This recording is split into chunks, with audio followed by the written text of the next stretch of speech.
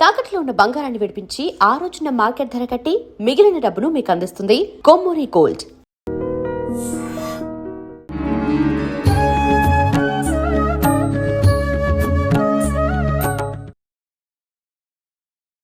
నమస్కారం, welcome to I dream.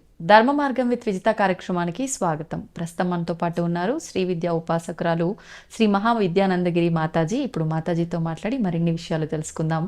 ముఖ్యంగా మనకుండే సందేహాలన్నింటినీ కూడా నివృత్తి చేసుకునే ప్రయత్నం చేద్దాం. అమ్మ నమస్కారం. శ్రీమాత్రే నమః తల్లి. అమ్మ, మాఘమాసంలో వచ్చే పౌర్ణమికి చాలా విశిష్టత ఉంది అంటుంటారు. మరి ఏంటి ఆ విశిష్టత? ఆ రోజుని మేమందరం ఎలా ఉపయోగించుకోవచ్చు? మాఘ పూర్ణిమ, మాఘమాసమే విశిష్టమైంది అనుకున్నాం. అవును. ఇంకా మాఘ పూర్ణిమ రోజు అన్ని వ్రతాలు పట్టే రోజు. ప్రతి స్త్రీ ఎన్నో వ్రతాలు ఉంటాయి. 16 పళ్ళ నోమని, 33 పున్నాల నోమని, పండు తాంబూలం నోమని, పసుపు కుంకుమ నోమని, ఇలా ఎన్నో నోములు ఉంటాయన్నమాట. ఈ నోములన్నిటికీ మూలం ఈరోజు పట్టాలి. మాఘ పూర్ణిమ రోజే పట్టుకోమంటుంది శాస్త్రం. ఈ విశిష్టమైన రోజుని మనకి సప్తమిని కూడా ఇస్తారు. రథ సప్తమి రోజు లేదా మాఘ పూర్ణిమ రోజు ఈ వ్రతాలకి ప్రారంభించుకోండి, ఈరోజు ప్రారంభించండి అని చెప్తారు. ఇప్పుడు భార్యాభర్తల మధ్య అన్యోన్యత లోపించింది అనుకోండి, దంపతాంబూల వ్రతం అని ఉంటుంది, అది చేయమంటారు. ఎలా చేయాలి? ఈ రోజు మొదలు పెడితే వచ్చే పౌర్ణమి వరకు రోజు చేయాలి, నెలంతా, సంవత్సరం అంతా.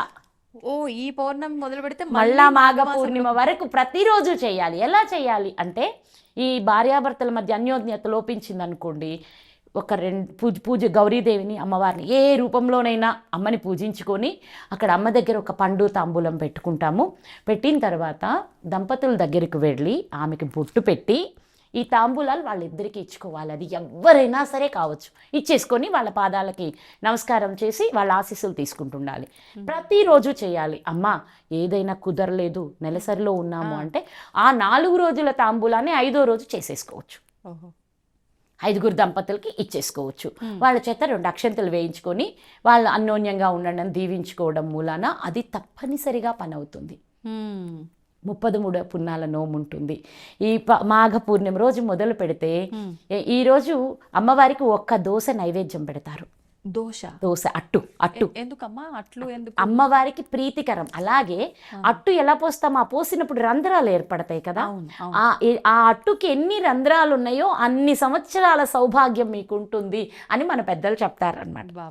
అలా పోసి మొదటి పౌర్ణమికి ఒక దోశ, ఒక అట్టుతో అమ్మకి నైవేద్యం. అలా 33 పౌర్ణములకి రోజుకొకటి పెంచుకుంటూ 33 అట్టులు నైవేద్యం అమ్మవారికి పెట్టి అది ఆ రోజు పూర్ణాహుతి చేసుకుంటారు. అప్పుడు తన తల్లికో, ఒకవేళ బాగా వయసు వచ్చింది కూతురికో ఇంకా అయిన వాళ్ళకో పిలిచి ఆ తాంబూలం దానం ఇచ్చుకుంటే 33 పున్నముల నోము పూర్ణమవుతుంది. ఇలాంటి ఎన్నో వ్రతాలు సౌభాగ్యం కోసం, సంతోషం కోసం మనం పట్టుకుంటాం. దాన్ని మాఘ పౌర్ణమి రోజు పడతాం.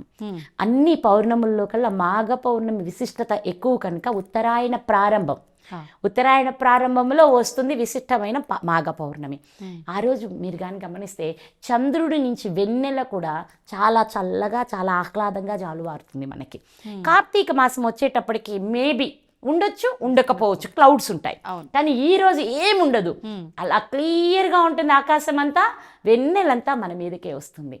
అదే వెన్నెలలో పౌర్ణమి రోజు, మాఘ పూర్ణిమ కానీ ఏ పౌర్ణమైనా మనం అమ్మవారిని బయట పెట్టుకొని, ఆరు బయట అమ్మవారిని ఈ మల్లెలు లాంటి సుగంధమైన పుష్పాలతో పూజించి అమ్మవారికి వెన్నపూస నివేదన చేసి లలితా సహస్రనామ పారాయణ చేసి ఆ వెన్నపూసని తీసి ఎవరికైనా సంతానం లేని వాళ్లకు పెడితే, మాఘ పౌర్ణమి రోజు పెడితే తప్పనిసరిగా వాళ్ళు నెల తప్పుతారు, సంతానం కలుగుతుంది. ఇవన్నీ ఆచరించి చెప్తున్నాను, ఆషామాషిగా చదివి చెప్పట్లేదు. ఇవన్నీ అనుభవపూరితంగా ఎందరికో ఇలాంటి అవకాశాలు ఈ చేత్తో పెట్టిన వెన్నకే కలిగినాయి కనుక ఆచరించి చెప్తున్నాను. కానీ నియమాలు ఉంటాయి, నిష్టలు ఉంటాయి, ఆహార వ్యవహారాలు చెప్పింది చెప్పినట్టు పాటించాలి. మరి మీకు ఒకటి కావాలంటే మరి మీరు చెప్పింది వింటేనే. ఊరికి మేము అలా ఉంటాం, ఈ దేవుడి గుడికి వెళ్ళి ఏదో కొబ్బరికాయ కొట్టి ఇసిరేసాం వెళ్ళిపోయామంటే ఎలా దొరుకుతుంది? దేవుడి గుడికి వెళ్ళాము అంటే కఠినమైన మన హృదయాన్ని అత్యంత సున్నితం చేసి ఆయనకి సమర్పించుకొని ఆయనకి దాసానుదాసులమని శరణు వేడితేనే మన కోరికలు నెరవేరుతాయి. అందుకని ఊరికనే వెళ్ళాము చూసాం. ఇంకా కొత్తది ఒకటి ఉంటుంది, ఈ దర్శనాలకు వెళ్తారు ఈ పిచ్చి తల్లులు అందరూ, అమ్మాయిలు అబ్బాయిలు అందరూ. మేము అక్కడికి వెళ్ళొచ్చాము ఇక్కడికి వెళ్ళొచ్చామని దాన్ని ఇంకా చెప్పుకోవాల్సిన అవసరం ఏం లేదు. హాయిగా వెళ్ళామా, దర్శనం చేసుకున్నామా, ప్రశాంతంగా ఆనందాన్ని మనలో నింపుకున్నామా. అంటే చెప్తే ఫలితం ఉండదా అమ్మా? అదే కదా నాన్న, ఎందుకు అనవసరం ఎనర్జీని అందరికీ పనిచేసి వదిలేసి రావడం ఎందుకు? అక్కడ వర్డ్స్ అంటే ఏమనుకుంటున్నారు? శక్తి. ఇప్పుడు నేను మాట్లాడుతున్నాను అంటే ఈ మాటల ద్వారా శక్తి వినే వాళ్ళందరికీ వెళ్తుంది. ఆ ఊరికనే మాట కాదది. మాట అంటే అది గొప్పదైన ఎనర్జీ. ఎక్కడ పరా పశ్యంతి మధ్యమ వైఖరి అంటూ మూలాధారం నుంచి మొదలుకుంటే ఇక్కడ విశుద్ధి దగ్గరికి వచ్చి డెలివరీ అవ్వడానికి 4 దశల్లో ఎనర్జీ డెలివరీ అవ్వాలి. మాట రావాలి అంటే ఊరిక రాదు వాక్కు. ఎక్కడ నాభి నుంచి అలా తీస్తాం, దానికంటే ముందు పరాస్థితిలో ఇంకా నాభి కంటే కింద నుంచి తీస్తామన్నమాట. అక్కడ నుంచి ప్రాణశక్తి మొత్తాన్ని లాగుకుని వచ్చి ఇక్కడ మాటగా డెలివరీ చేస్తామన్నమాట. ఇది మనకి ఈ మాటకున్న విశిష్టత. మహాభారత యుద్ధం అంతా అయిపోయింది, ధర్మరాజుకు పట్టాభిషేకం చేసేసి శ్రీకృష్ణుడు, నాకు కూడా ద్వారకలో చాలా కాలమైంది బావా, ద్వారక వెళ్ళి, ద్వారకలో ఎన్నో పనులున్నాయి, అందరు ఎదురు చూస్తున్నారు, నేను వెళ్తున్నానని ద్వారక వెళ్ళిపోయారట. వెళ్ళిన తర్వాత ధర్మరాజు గారికి తీర్థాలు, పుణ్యక్షేత్రాలు, తీర్థయాత్రనికి వెళ్ళి పుణ్యక్షేత్ర దర్శనం చేసుకోవాలి అని కోరిక కలిగిందట. కలిగితే ఇంకా వాళ్ళతోటి వీళ్ళతోటి కాకుండా ఈయనే వెళ్ళి, బావా మేము ఇలా వెళ్తున్నాము, మీరు కూడా మాతో ఉంటే ఎంతో ఆనందంగా ఉంటుంది, మనందరం కలిసి వెళ్ళి తీర్థయాత్రలు చేసొద్దాము అని చెప్పి అడిగాడంట. శ్రీకృష్ణ భగవానుడు, బావా నాకు ఇంకా కొంచెం పనులున్నాయి, పనులు అవ్వలేదు, నా తరఫున మీకు ఇదిగోండి ఈ గుమ్మడికాయని ఇస్తాను, ఈ గుమ్మడికాయని నేనే అనుకొని తీసుకువెళ్ళండి, మీరు ఏ నదుల్లో మునిగారో ఆ అన్ని నదులలో ఈ గుమ్మడికాయకి స్నానం చేపించండి, మీరు ఏ దేవాలయాల్లో దర్శనం చేసుకున్నారో ఆయా దేవాలయాల అన్నింటికి గుమ్మడికాయని కూడా దర్శనం చేపించండి, దేవుళ్ళని గుమ్మడికాయకి కూడా చూపించండి, అన్నిటికీ గుమ్మడికాయకి స్నానం అవ్వాలి, దర్శనం అవ్వాలి, తీసుకురండి బావా అని గుమ్మడికాయ ఇచ్చి పంపించాడు. అన్ని తీర్థయాత్రలు చేసుకొని క్షేమంగా అందరూ తిరిగి వచ్చారు. మనకి పూర్వకాలంలో ఇలా వెళ్ళొస్తే ఇంటికి వచ్చిన తర్వాత అన్న సంతర్పణ చేయటం ఒక ఆచారంగా ఉండేది. అందరినీ పిలిచి బంధుమిత్రులని, అంటే అసలు ఆ వెళ్ళి తిరిగి రావడమే ఒక గొప్ప విషయం ఆ రోజుల్లో. అందుకని చెప్పి క్షేమంగా వచ్చినందుకు ఆనందంగా అందరూ కలిసి భోజనాలు చేసుకుంటారనమాట. మళ్ళా బావ కబురిపోయింది, బావా భోజనం కనీసం అన్న సంతర్పణకు అన్నారండి. సరే వస్తానని కృష్ణ భగవానుడు వచ్చాడు. బావా ఇదిగోండి మీరు ఇచ్చిన గుమ్మడికాయ. అవునా, అన్ని క్షేత్రాలు తిరిగిందా, అన్ని తీర్థాలు మునిగిందా, అన్ని దైవ దర్శనాలు అయింది, సంతోషం. ఇక దీనిని పగలకొట్టి వంట చేసి ఈరోజు అన్నదానంలో అందరికీ వడ్డించేసి అని చెప్పాడు ఈయన. ఆనందంగా వంట వాళ్ళకి కోసారు, దీనికి రకరకాల అన్ని ఎక్కువ ఇంగ్రీడియంట్స్ కూడా యాడ్ చేసి అత్యంత రుచిగా వంట చేసేసారు వంట వాళ్ళు. వడ్డించడం ప్రారంభమైంది, అంతా వడ్డించారు. గుమగుమలాడుతోంది ఈ గుమ్మడికాయ కూర. అందరూ ఆత్రంగా ఇట్లా తీసి నోట్లో పెట్టుకోగానే చేదు కూర, పు అని అందరూ గుమ్మడికాయ కూరను ఉమ్మేసేసారట. ఎందుకనమ్మా? విపరీతమైన చేదు వచ్చిందట గుమ్మడికాయ. అంటే అప్పుడు అందరూ ఈయన ధర్మరాజు కృష్ణుడి వైపు చూస్తే, ఏంటి బావా ఇన్ని క్షేత్రాలు తిరిగిందే, ఇన్ని నదుల్లో మునిగిందే, ఇందరు దేవతల దర్శనం చేసుకుందే, అయినా దీనిలో చేదు ఇంకా పోలేదా అని అడిగాడట. చెప్పండి, మీరే చెప్పండి ఏమడిగాడు అంటే, మనం ఇన్ని తిరిగినా మనలో గుణం మారకపోతే ఎన్ని యాత్రలు చేసినా ఏమి లాభం రా, మీరందరూ పొయ్యొచ్చారే కానీ మీలో గుణాలు మారలేదు, మీరు మారడానికే, అంటే మీ తత్వం, మీ గుణం, మీ బుద్ధి అన్నీ మారడానికి రా ఈ దర్శనాలు ఇవన్నీ చేసేది అని చెప్పారు. కాబట్టి ఏంటంటే ఇక్కడ మనకి ప్రధానం ఏంటంటే మనలో మార్పు. మనం ఏ సద్గుణాన్ని మనలో పెంపొందించుకొని ఇక్కడికి వచ్చాము అని చెప్పేదన్నమాట. కనుక ఏ పూజ చేసినా, ఏ దైవ దర్శనానికి వెళ్ళినా, ఏ ఉపాసనలు చేస్తున్నా రహస్యంగా చేయమన్నారు మన గురువులు.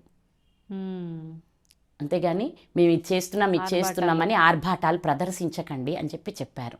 అలా చేయడం ద్వారా తప్పనిసరిగా సత్ఫలితాలు వస్తాయి. ఇప్పుడు ఇందాకెటు అనుకున్న మాఘ పూర్ణిమ రోజు కానీ లేదా కార్తీక పూర్ణిమ రోజు కానీ నేను చెప్పే ఈ పూజ ఆచరించడం ద్వారా ప్రతి వ్యక్తిలోనూ ఎంతో అద్భుతమైన సత్ఫలితాలు ఏర్పడతాయి. ఈ పూజా విధానం ఒకసారి మనం చెప్దాం. ఈ భక్తులందరూ ఆచరించి అమ్మవారి అనుగ్రహంతో సౌభాగ్యాన్ని సంపదల్ని పొందాలని మనస్ఫూర్తిగా కోరుకుంటూ ఇది ప్రారంభిద్దాం తల్లి. మాఘ పూర్ణిమ రోజు ఉదయం తలార స్నానం చేసి, ఇంకా ఇప్పుడు సముద్ర స్నానాలు అవి ఇవి కూడా వెళ్తారు, అన్నీ చేసుకుని వచ్చి ఉదయం చేసుకోవాల్సిన పూజలన్నీ చేసి ఉపవాసం చేయాలి. పగటిపూట ఉపవసించి సాయంత్రం చంద్రోదయానికి ముందుగా వీళ్ళు బియ్యపిండితో ప్రమిదలు, బియ్యపిండి పాలు బెల్లం కలిపితే మెత్తగా గురుగులు అవుతాయి, అంటే ప్రమిదలు అవుతాయి. ప్రమిదలు చేసుకుని ఈ ఒక్కదానికి ఎక్కడైనా విశిష్టంగా అడిగి స్వచ్ఛమైన ఆవు నెయ్యి తెచ్చుకొని ఆ ఆవు నెయ్యిలో ఈ ఒత్తులు ఇలా ముంచి, అది కూడా ఇదొక్కటి మాత్రం మనమే చేసుకోవాలి ఈ పత్తితోటి, అవి బయట కొనకూడదు అనమాట.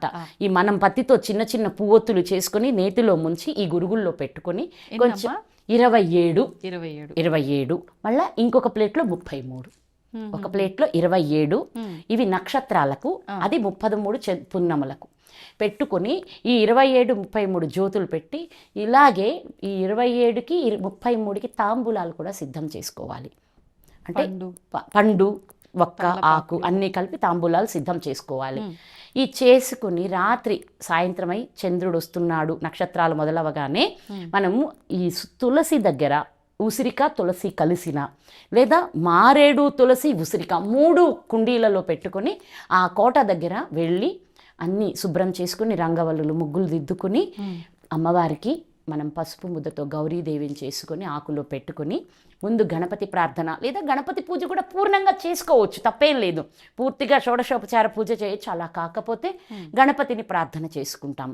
చేసుకుని గణపతిని, గురువుని, అందరినీ నమస్కరించుకున్నాక ఇక్కడొచ్చి అమ్మవారిని గౌరీ అష్టోత్తరంతో పూజించుకొని, గౌరీదేవిని పసుపు ముద్దగా పెట్టుకోవాలి. గౌరీ అష్టోత్తరం మనకి రాకపోతే మనం పండితుడిని అంటే పూజారిని పెట్టి కూడా చేయించుకోవచ్చు. ఈ పూజ చేయించుకొని ఆ పూజ అంతా అయిన తర్వాత ఈ జ్యోతులన్నీ వెలిగించాలి అమ్మ ముందల.